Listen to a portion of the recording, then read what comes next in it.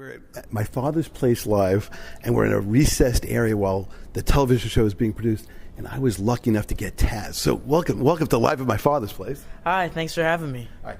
I saw you play here live, and I was just completely blown away at your awesomeness. So. Thank you so much. I appreciate it, and thanks so much for coming out. All right. So I had to ask you, there are all kinds of people that do everything, lawyers, accountants, guitar players, but then there's always like one or two people who are just like off the charts.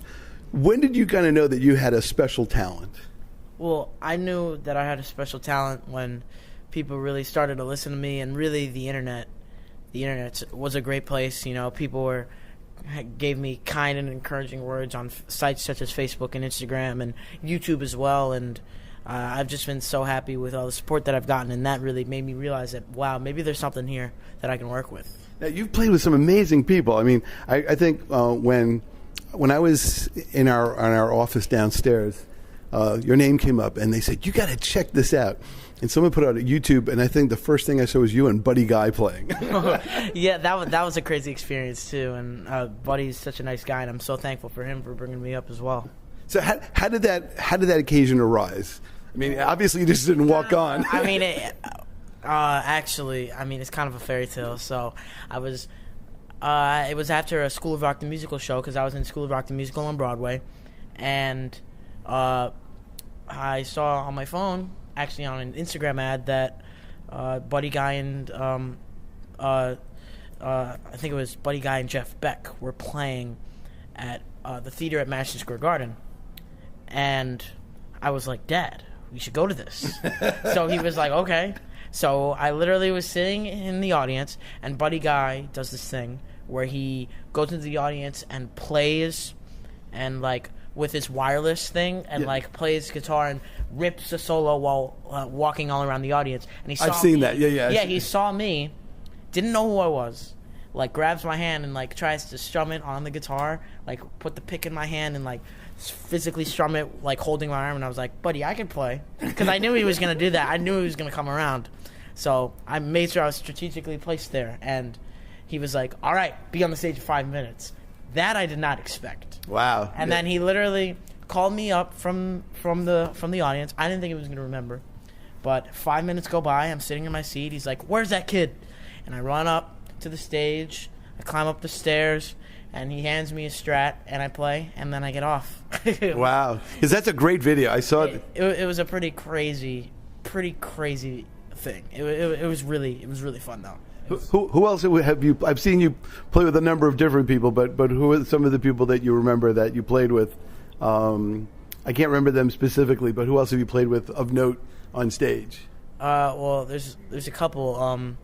I've played with people: George Porter Jr., Dumpster Funk, Derek Trucks, Warren Haynes, J-Mo, Greg Allman, Butch Trucks of all of the Allman Brothers, Otio Burbridge. I played with Eric Krasno, Soul Live, Lettuce, Lady Gaga. I played with Slash. I played for Bruno Mars, Stevie Nicks, and a bunch of others, and that I can't remember right now. Now I do remember. I think I recall seeing you on YouTube, and that had. I remember definitely seeing Greg Allman. What was that like? That was crazy too. I had just gotten off of the Ellen show. I was on my flight back from that whole experience, and it turns out that Greg Allman was watching the live show, and he called my dad, and I didn't think that. I was literally getting off the plane at LaGuardia at that point. Literally getting off the plane at LaGuardia. Like I said, my life is it's amazing. And I'm so thankful and fortunate. But my dad gets a phone call, and he hands it to me, and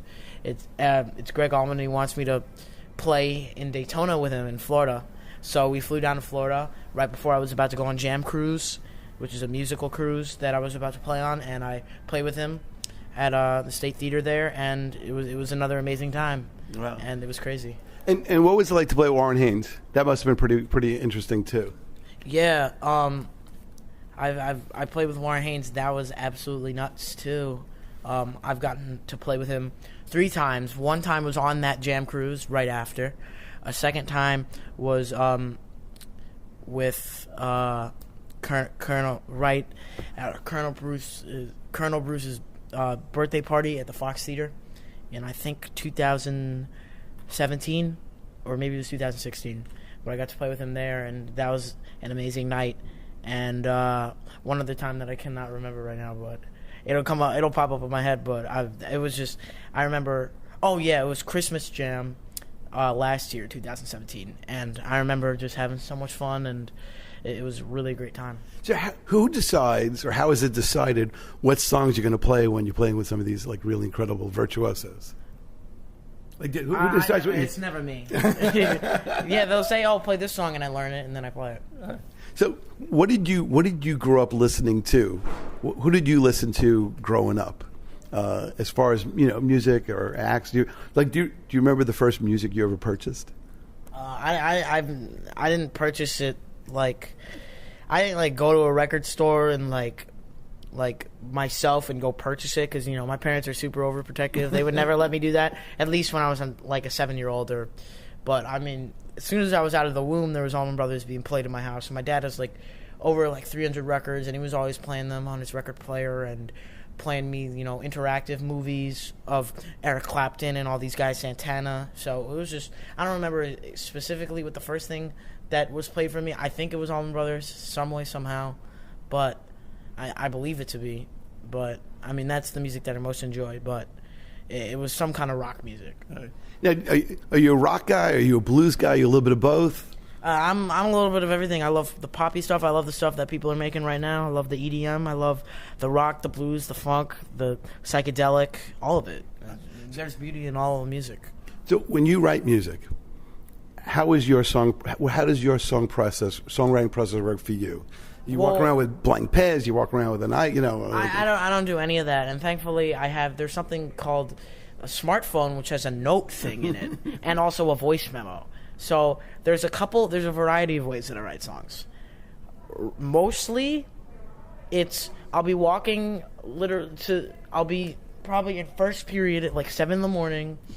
at school, and I'll think of something and it'll just go bam, like that, snap on my fingers, and I've got a thing in my head. So I ask my teacher, can I go to the bathroom? She's like, yeah.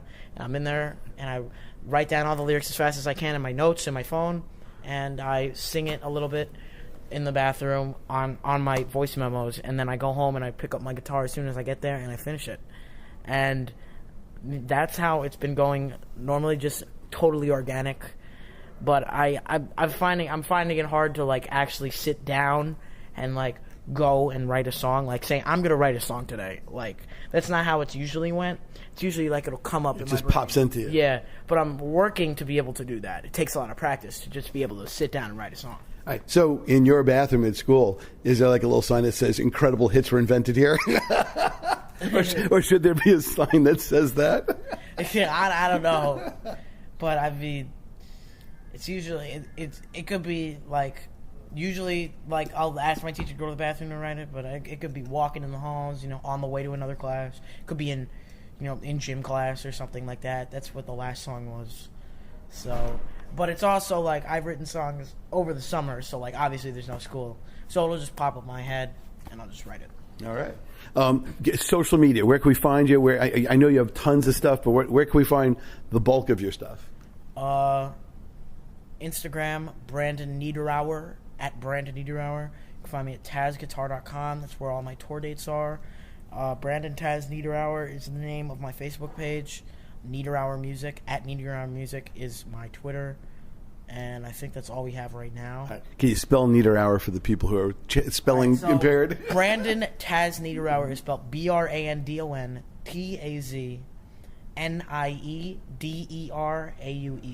All right. And so what was it like when you played at my father's place? How was the sound here? It's great. I mean, it's a great club. Love playing it every single time. Played it twice.